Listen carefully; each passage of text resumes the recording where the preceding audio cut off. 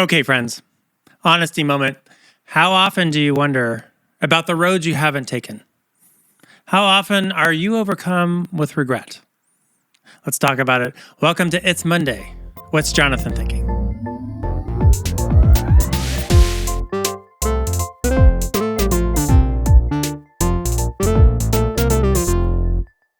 Welcome back to It's Monday. What's Jonathan thinking? It's great to be back for another episode. And this week, we're tackling a slightly vulnerable topic.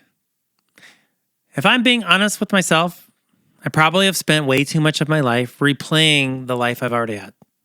Too much time looking back, too much time running through decisions I've already made, too much time wondering what if I had a different life, a life where maybe I had made different choices, different personal choices or professional choices. Was I put on this earth to do what I'm doing today, or would I have been equally happy doing something else? The problem is the mind is a powerful engine. If you allow yourself to think about another universe where a different you was living a different life, it will let you go there. It's certainly not a new concept. The concept of a multiverse was first thought of by the ancient Greeks in their philosophy of atomism, which proposed that infinite parallel worlds arose from the collision of atoms. And from this original concept, we've continued to explore at least the idea that our timeline in life is not the only timeline. Recently, we've seen this come to life in TV shows like Loki, The Flash, and movies like Sliding Doors and Interstellar. The question is it healthy to do this? Author Matt Haig seems to at least caution us to have a deep think about this in his latest book, Midnight Library. In Midnight Library, we meet an amazing and powerful character in the form of Nora Seed, who found herself in a dark place, filled with so much regret for all the choices she had made in her life, the roads traveled and not traveled. And through a series of events, she finds herself in a place called the Midnight Library. So called because every time her watch turns to midnight, she ends right back in her library, staffed by her elementary school librarian named Mrs. Elm. Mrs. Elm guides her on how to navigate through the many shelves of books in this mythical place. In this library, each book on the shelf is a life she could have lived. But in order to make herself fall into that life, she must think about a specific regret from her book of regrets that she wants to explore. Nora spends this time experiencing all the lives that she thought she could have had. She travels the Robert Frostian roads not traveled, if you will. She experiences the version of herself that did become a philosophy professor, that did become an Olympic swimmer or a big band rock star, or a happy mom, doting on her young child and building a life with her husband. And just like that story of Goldilocks, some lives felt right, some lives felt okay, but not perfect. Some completely eradicated that regret and confirmed that she had made the right decision originally. But each time, no matter what, at midnight, she was brought back to the library. The message, it seems, is that the best life we have, the best version of ourselves that we can present, is the version of you that exists today and the life you have. Maybe in some true multiverse version of you, that version of yourself would have made different choices or had different experiences, lived a different life. But the only life you can truly know is the one you have. The one life you are given, because in this universe, it's the only life you have. And if you don't like your current circumstances, the best way to change them is not by changing your past. It's by committing to a different future. I think also Matt Haig's message is to package up our regrets and try to characterize why we hold on to them.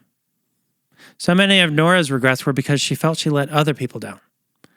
She regretted not living the life that other people wanted for her. The Olympic swimmer life was for her father. The band life, that was for her brother. And the married life was for her mom. The philosopher life, though, that was for her. Ultimately, it's the regrets we have for not meeting the expectations of other people that hold the most power over our subconscious.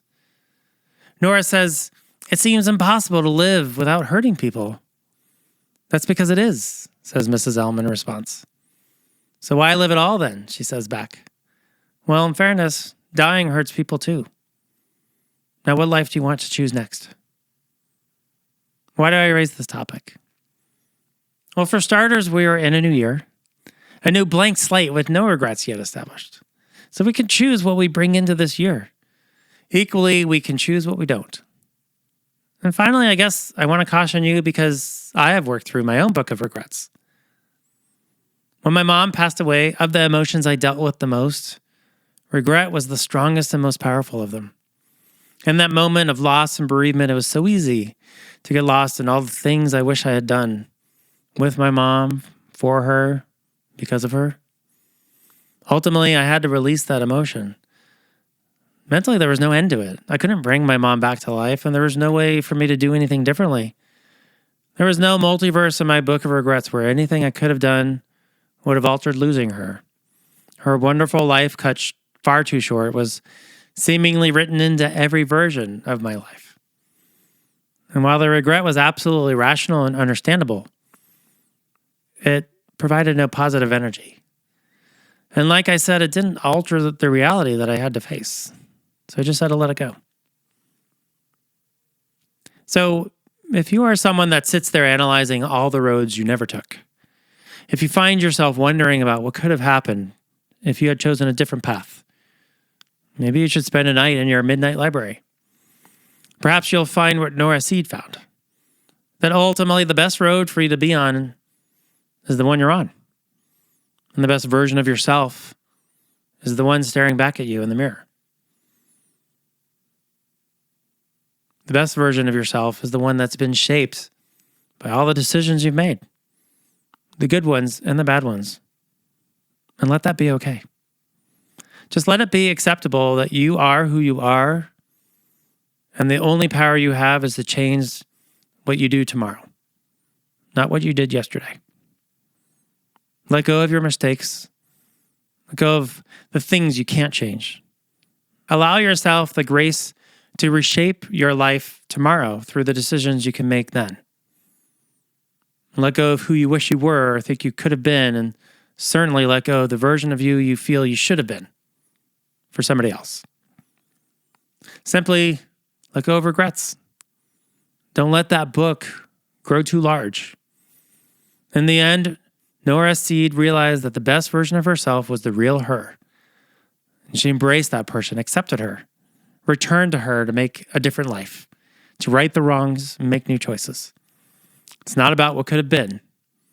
It's about what can be. Thank you, Matt Haig, for your amazing book. I believe I'll come back to it often. And I'll certainly take the challenge in this year to come to reduce my book of regrets, to live the life I've been given, not get caught up dwelling in the life I wish I had. And I hopefully will steer quite clear of that midnight library.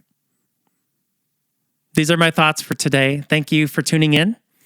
Have an awesome week, and I'll see you next week on It's Monday. What's Jonathan thinking?